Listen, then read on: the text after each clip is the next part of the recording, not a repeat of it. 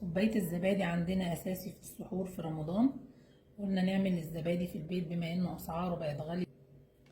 زبادي متماسك بقوام كريمي، وش قشطة، حاجة روعة. كيلو لبن كامل الدسم بلدي من عند اللبان. لازم حضرتك تكوني متأكدة إن اللبان بيبيعه بدون إضافة مية علشان الزبادي ينجح معاكي. حضرتك عايزة تستخدمي اللبن المعلب، بتفضيه من العلبة في حلة أو لبانة على النار وتسيبيه يغلي وتستخدميه بنفس الطريقة. غلى اللبن معايا بالشكل ده، هطفي عليه النار. غلي معايا اللبن بالشكل ده، انا مش هسيبه يبرد لوحده، احنا اللي هنبرده. والهدف من ان احنا نبرد اللبن ان انا لما هدلق بالشكل ده اللبن هيديني الرغاوي الحلوه دي. الرغاوي دي اللي بتدي الوش الكريمي للزبادي. هفضل اخده من البوله للحله ومن الحله للبوله من 3-4 مرات كده لحد ما يهدى خالص ويوصل لحد دمعه العين. شايفين كميه الرغاوي اللي عملها اللبن نتيجه التبريد بتاعه؟ دلوقتي اللبن معايا بقى دافي زي رضعة البيبي او دمعة العين بالشكل ده. هاخد كده منه نص كوباية، هضيف فيها كوباية زبادي كبيرة بلدي من عند اللبان برضو. هدوب الزبادي في اللبن لحد ما ينعم خالص الزبادي ويختلط بشوية اللبن اللي انا حطاهم. اختلط الزبادي كده باللبن وبقى قوامه كريمي ناعم كده، مفيهوش اي تكتلات.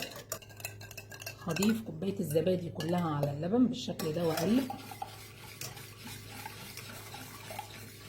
عشان يختلط الزبادي باللبن. هخفق اللبن والزبادي بالشكل ده. بقى القوام عندي بالشكل ده. تجيبي بقى كوبايات، بولات، طواجن فخار اللي عندك، ضيفي فيه الزبادي.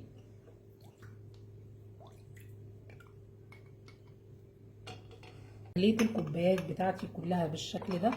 اهم حاجة الكوبايات اللي هضيف فيها اللبن تكون كوبايات نظيفة وناشفة علشان ما يدخلوش اي بكتيريا وتبوظه. هجيب مية مغلية وهضيفها في الصينية. عايزاها توصل بس لتلت الكوبايات مش اكتر من كده بالشكل ده.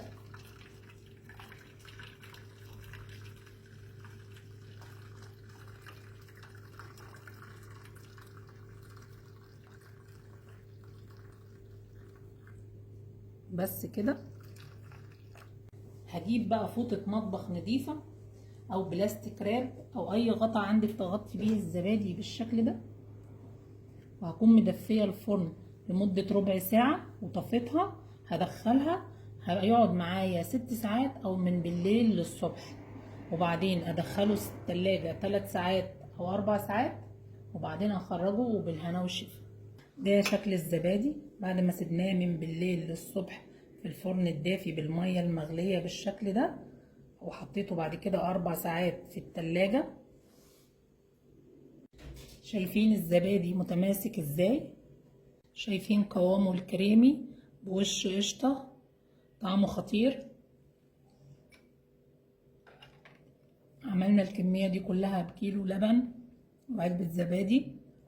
عملناها انضف واوفر واحلى من بره بكتير بطريقة بسيطة في البيت.